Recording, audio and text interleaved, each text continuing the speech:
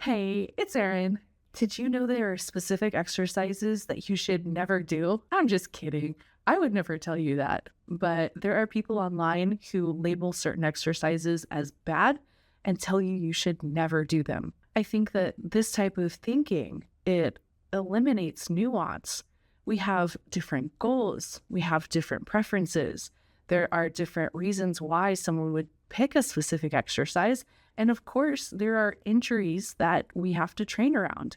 And by limiting the number of exercises that are good, it really limits your lifting world. It really shrinks it down. So you don't have those options. And it can also create fear. If you think that you're going to do a certain exercise and you're immediately going to be injured, then you're not going to want to do that exercise. And it might be very good at building. If you want to step on stage, you want to really build your quads and your hamstrings, there are certain isolation exercises that we do. There's a time and a place for them.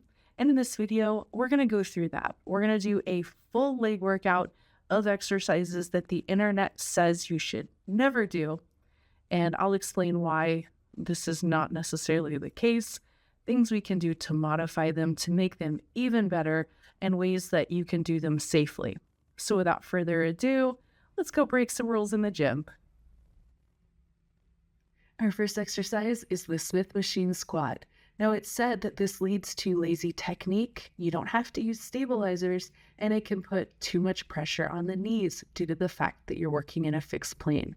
I disagree. As part of a well-rounded routine, this can help you go heavy if you don't have a spotter. Simply set up the safeties and you can squat with confidence, knowing if you fail, you're not going to get hurt. You can also isolate the quads, isolate the glutes much better because you're not using stabilizers. So go ahead and do that Smith machine squat and feel okay doing it. Make sure you keep your core tight, keep your chest up, keep your thumbs wrapped around the bar. Stance can be anywhere from 1 to 2 times shoulder width. Next, good mornings. This can put a lot of stress on the lower back. According to experts, you're going to break your spine if you do this exercise. Now, things to consider with the good morning. It's not a heavy exercise. This is more of a finesse exercise due to the distance of the weight from your center of gravity. Understanding that makes it a lot easier to do this exercise correctly. Keep your back flat. Do not look up in the mirror. Keep your spine neutral. Push your weight through the heel. Soft bend in the knees. And really just go nice and slow in that 10 to 20 rep range. And you're going to be just fine. It's going to hit those glute ham tie-ins, that mythical area, and really strengthen the entire posterior chain. Hamstrings, glutes, lower back. You're going to see great results with this exercise if performed properly. Next up, we have the goblet squat. The goblet squat is really high on upper body fatigue and has a ton of limitations according to experts.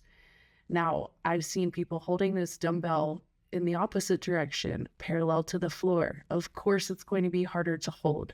If you hold it this way, close to your upper body, you are going to not only work on lower body strength, but upper body strength. Now, the goblet squat is going to help with proper squatting form. So it's going to put your knees, your hips, back, everything into proper position without requiring too much effort. And if you have knee and back pain, this can be a great option for working around injuries.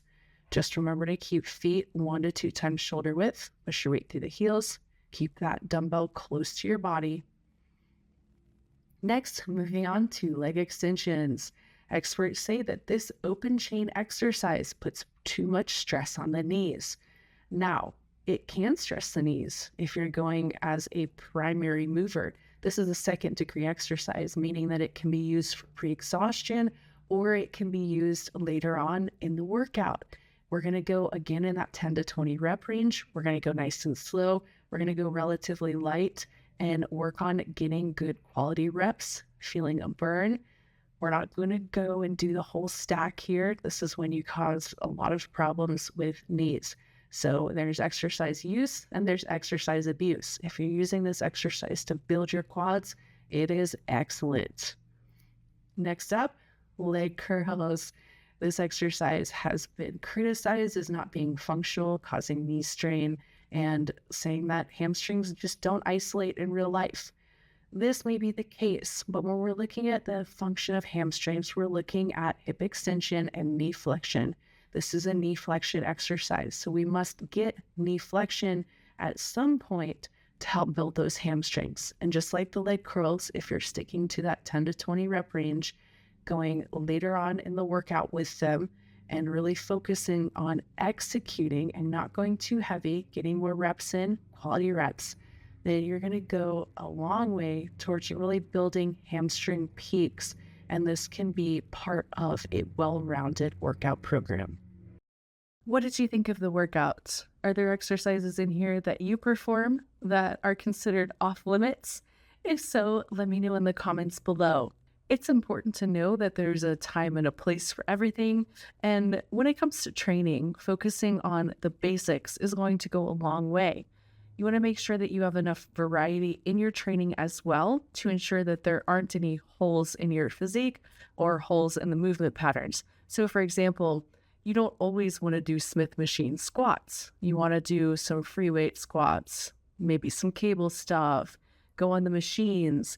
And by training a different variety of movement patterns, you're going to ensure that you have the ability to move, that you're going to limit your risk of injury, you're going to improve your balance, and you're going to build an overall impressive physique.